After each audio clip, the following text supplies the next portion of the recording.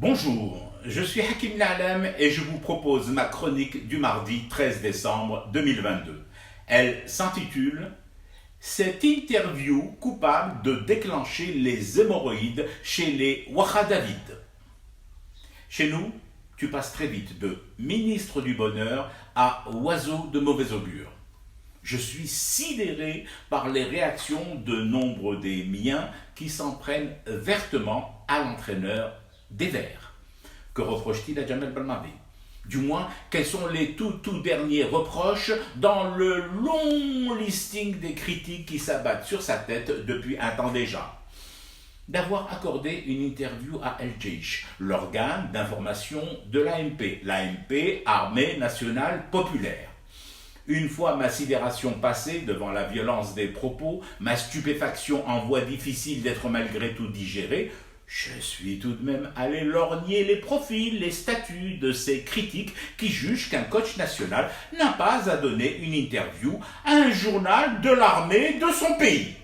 Et là, je comprends tout, et ce tout s'éclaire de la lumière blafarde et suintant la pisse qui caractérise les essaims de lâche et de servile double 6.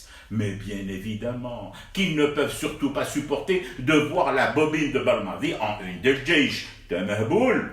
Les Wahadavides auraient préféré que Jamel accordât ses interviews à Radio Phare ou au bimensuel de Tzahal. Ben voyons, le torchon du Mac cousu à celui d'Israël, placardé sur leur page, ils schlinguent leurs éructations en mode « Ouais, les hommes sont qualifiés dans le dernier carré du mondial et lui s'affiche avec les généraux et cabranettes. » Hallucinant? Incroyable? Non, au fond, bien au contraire, totalement conforme à cette rage, à cette bave qui ne quitte plus leur lip depuis que cet autre enragé d'Algérie préside aux destinées de cette équipe et n'a aucun problème à se montrer fier de l'armée de son bled. Ce n'est pas bon pour le fonds de commerce au rideau à demi baissé par le désintérêt et la grande Keshfa, place de la République à Paris. On entendrait presque monter de derrière la statue où habituellement ils tournent comme des derviches ulcéreux.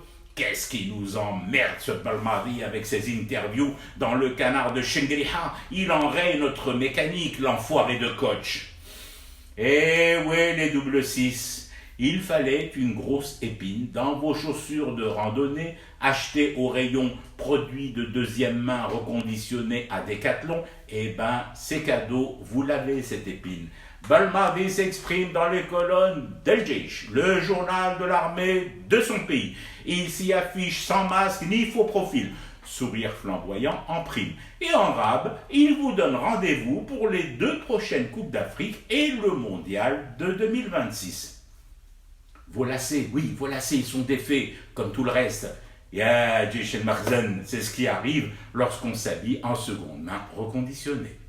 Je fume du thé et je reste éveillé. Le cauchemar continue. C'était Hakim Na'alam, je vous retrouve demain pour une autre chronique et une autre façon de dire son amour à l'Algérie.